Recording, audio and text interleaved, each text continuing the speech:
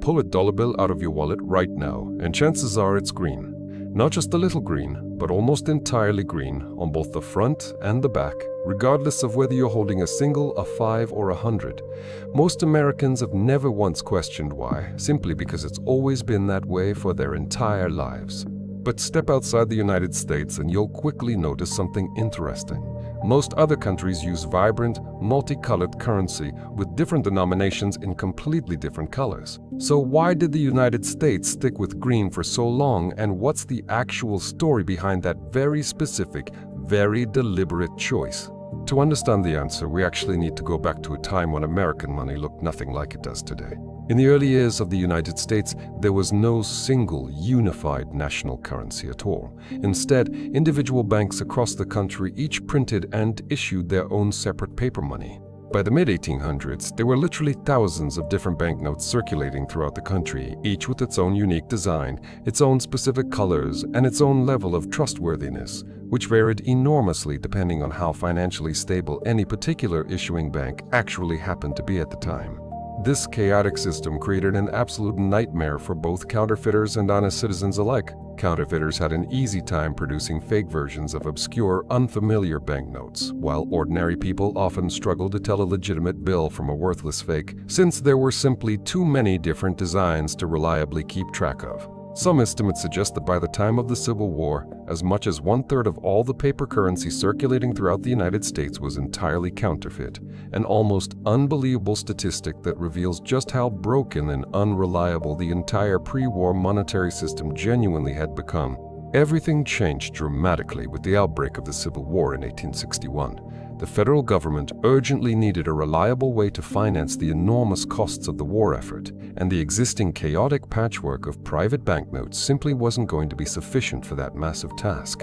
In 1862, the United States government, for the very first time, issued its own official paper currency called demand notes, which were quickly nicknamed Greenbacks by the public, specifically because of the distinctive green ink printed prominently on the backside of every single note issued. This was a genuinely significant moment in American financial history, representing the first time the federal government itself, rather than individual private banks, took direct, centralized control over printing the nation's primary paper currency, establishing a level of trust and consistency the old system had simply never been able to provide. The green ink choice wasn't simply decorative or arbitrary. It actually solved several very real, practical problems that the government urgently needed to address at that exact critical moment in the nation's history. Problems that had absolutely nothing to do with aesthetics or visual appeal whatsoever. The term greenback actually stuck around in everyday American slang long after the war ended, and remarkably, people still casually refer to dollar bills as greenbacks today, well over a century and a half later, even though most people using the term have no idea where it originally came from. So why specifically green, out of all the available colors at the time? The primary practical reason involved early photography technology. In the 1860s, photography was still entirely black and white, and green ink happened to photograph as a particularly dark, nearly black tone on the camera film used at that time. This made it considerably more difficult for counterfeiters to photograph genuine currency, and then use those photographs to create convincing fake copies, since the distinctive green tone simply didn't translate clearly or usefully into the black and white photographic processes available during that specific historical era.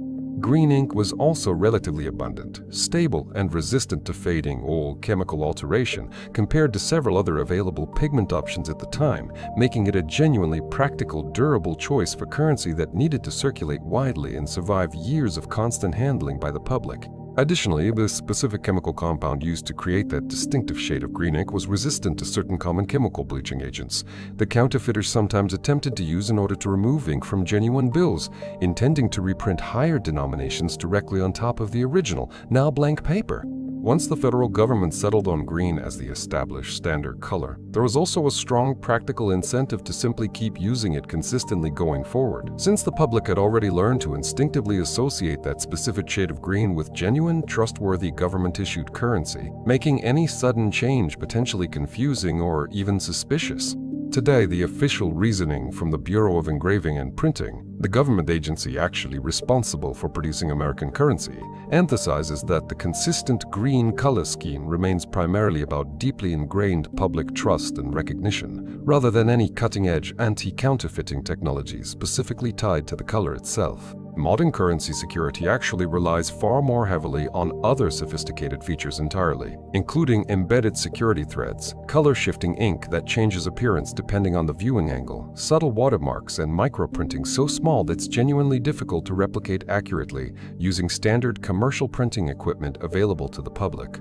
The green color itself, at this point, functions mainly as a deeply familiar visual signal of authenticity, something Americans have been culturally trained to instinctively recognize and trust since early childhood, making any potential switch away from it a surprisingly significant psychological and cultural undertaking, not merely a simple technical one.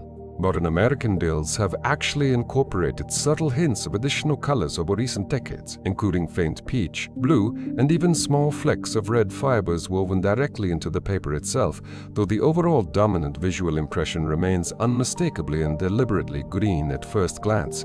So why do most other countries take a completely different approach, using vivid multicolored currency instead? The honest answer is mostly practical. Distinct colors for each denomination make it dramatically easier for people to quickly distinguish between bills at a glance without needing to carefully read printed numbers every single time.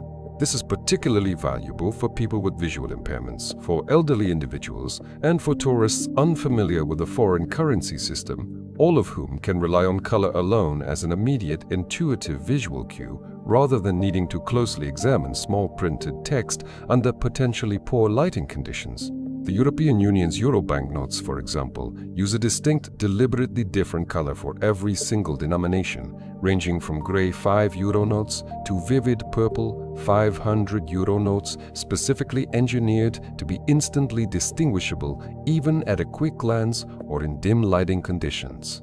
Canada, the United Kingdom, and Australia have similarly all adopted vividly colorful, multi-toned currency systems over the years, often citing both accessibility benefits and modern, sophisticated counterfeiting deterrents as their primary stated reasons for moving decisively away from a more traditional, simpler single-color design approach.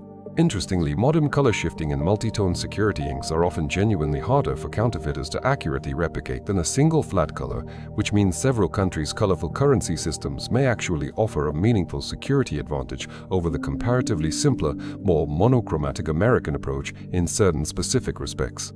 Over the years, there have actually been several serious proposals to redesign American currency with more color and improved accessibility features, partly inspired by the perceived success of other countries' more colorful banknote systems around the world. In 2003, the United States did introduce subtle background colors into its currency redesign for the first time in modern history, adding pale hints of peach, blue, and green into the $20, $50, and $100 bills, though the overall green dominant tone remained firmly intact throughout the entire redesign process. More dramatic full-color redesign proposals have repeatedly been suggested over the decades, but have consistently failed to gain enough political or public momentum to actually move forward, largely due to the sheer cultural weight and deep familiarity Americans have long associated with their traditional, recognizable green currency.